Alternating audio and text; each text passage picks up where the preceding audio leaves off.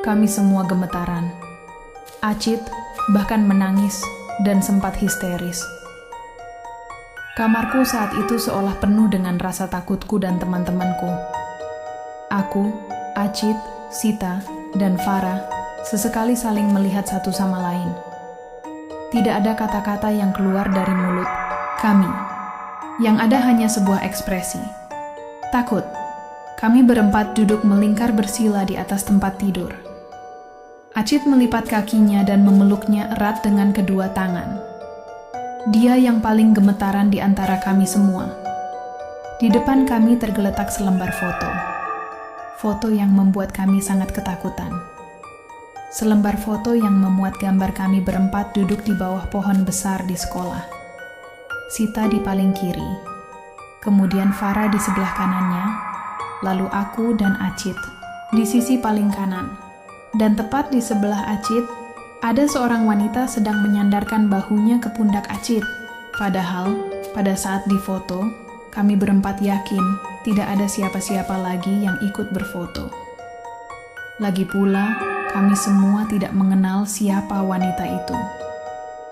Dia memakai seragam sekolah juga, hanya saja seragamnya tampak tua dan lusuh.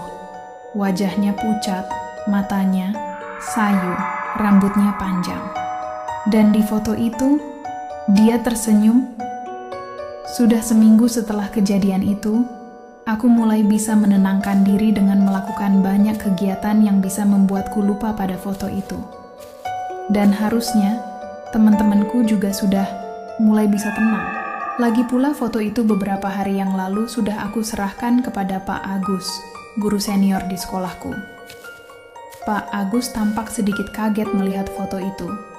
Padahal awalnya aku hanya berniat menunjukkan foto itu saja dan bertanya siapa wanita di sebelah Acit. Namun tiba-tiba Pak Agus meminta foto itu padaku untuk dijadikan arsip sekolah. Tidak ada pilihan lain sepertinya. Aku pun menyerahkannya. Semenjak kejadian itu, aku jadi punya ketertarikan lebih terhadap fotografi. Entah kenapa. Aku jadi banyak meluangkan waktu untuk melihat semua yang berhubungan dengan fotografi di internet. Contohnya ya sekarang ini. Sudah jam 11 malam, tapi aku tetap tenang di depan komputermu, melihat-lihat karya Michael Freeman, salah satu fotografer terkenal di dunia. Hasil fotonya sangat menakjubkan, benar-benar membuatku ingin menyelami dunia fotografi. Aku masih asik menikmati fotonya yang lain ketika tiba-tiba ponselku berdering dengan nada SMS masuk. Siapa ya yang SMS malam-malam gini? Aku malas membacanya karena sedang serius mengamati salah satu foto Freeman. Tapi aku penasaran juga. Akhirnya aku beranjak dari meja komputer dan berjalan untuk mengambil ponsel di tempat tidurku. Ternyata dari Acit. Loh? Kok SMS kosong? Terkirim tidak sengaja mungkin ya. Atau siapa tahu Acit ngelindur. Ya sudahlah, aku kembali ke komputer dan melihat-lihat foto lagi. Belum lama aku duduk, tiba-tiba ponselku berbunyi lagi. Ada SMS lagi. Aduh, kali ini aku langsung beranjak ke tempat tidur. Aku mengambil ponsel dan melihatnya. Ternyata Acit lagi, dan masih SMS kosong. Astaga, menyebalkan sekali anak ini. Akhirnya ponsel aku silent dan kulemparkan lagi ke tempat tidur. Acit mengganggu saja. Aku pun kembali menikmati foto-foto bagus di internet. Ampun, SMS bunyi lagi. Kok masih bunyi? Kan sudah aku silent tadi. Dengan heran aku mengambil ponselku di atas tempat tidur, dan ternyata memang tidak di silent. Padahal aku yakin sekali tadi sudah mengaturnya ke silent. Sudahlah, aku akhirnya melihat SMS-nya dan masih juga dari Acit. Awas saja kalau SMS kosong lagi, ancamku sambil membuka pesannya. Tulisan di layar ponselku membuatku kaget. Ratu, tadi cewek itu nyender lagi di pundak gue tuh. Tolong, gue takut. Bunyi SMS itu membuatku mendadak merinding. membacanya. Seketika aku teringat foto yang beberapa minggu lalu itu. Apa mungkin wanita yang dimaksud Acit itu wanita di foto itu? Astaga, lututku langsung lemas. Aku menarik napas dan mencoba menenangkan diri. Aku balas SMS Acit. Cit, tenang ya, kamu mimpi buruk? Minum air putih yang banyak ya. Udah, jangan dipikirin lagi. Aku kirim pesan itu. Ternyata laporannya pending. Oh, mungkin Acit sudah bisa tenang lagi dan tertidur. Aku pun merasa lelah dan memutuskan untuk berbaring. Baru beberapa detik meluruskan badan, terdengar jendela kamarku diketuk.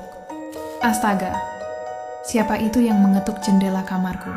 Kamarku memang terletak di bagian rumah paling depan, dan ada pintu serta jendela yang menghubungkan kamarku langsung dengan taman depan. Suara ketukan terdengar lagi. Aku bangun dan berjalan perlahan. Langkahku sempat terhenti ketika dia mengetuk semakin keras. Akhirnya aku sampai juga di jendela dan membuka gordennya dengan cepat. Ya Tuhan, aku melihat seorang wanita berdiri di depan jendelaku. Rambutnya acak-acakan dan dia berdiri membelakangiku. Aku tidak bisa bergerak. Tenggorokanku kering seketika. Lalu wanita itu membalikkan badannya menghadapku. Hah, itu Acit. Aku langsung membuka pintu dan menggandeng Acit masuk. Dia menangis dan terus berkata, Takut. Sambil menutup pintu, aku mencoba menenangkannya, lalu mengajaknya duduk di tempat tidur.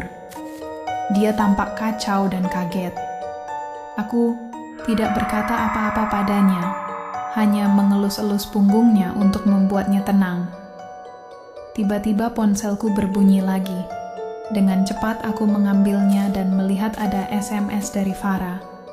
Tulisannya, Ratu, si Acit ada di rumah gua sekarang.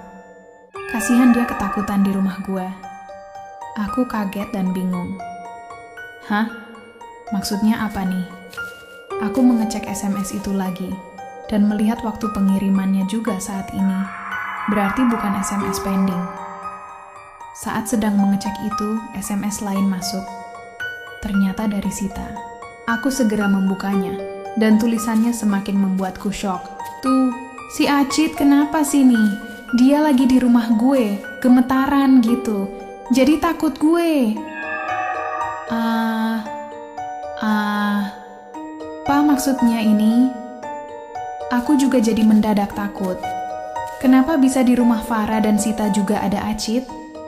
Perlahan aku melihat ke sosok Acit di sebelahku. Dia tampak gemetaran dan pucat. Ya Tuhan, siapa sebenarnya wanita ini? Aku ingin menangis tapi aku tahan. Aku sangat takut. Aku harus keluar dari kamar ini. Dengan gugup aku berkata, Cit, gua, ambilin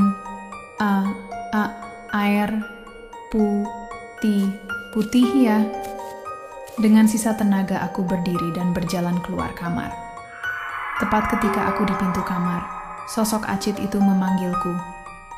Ratu, kamu Ratu kan? Nama saya Astrid. Astaga, itu bukan suara Acit. Aku langsung berlari sekencangnya menuju kamar orang tuaku. Aku membangunkan mereka dan menangis sekerasnya. Besoknya, di sekolah aku menemui Pak Agus dan memaksanya bercerita siapa wanita di foto itu. Akhirnya Pak Agus bercerita, kalau siswa misterius itu adalah murid sekolahku dulu tahun 80-an.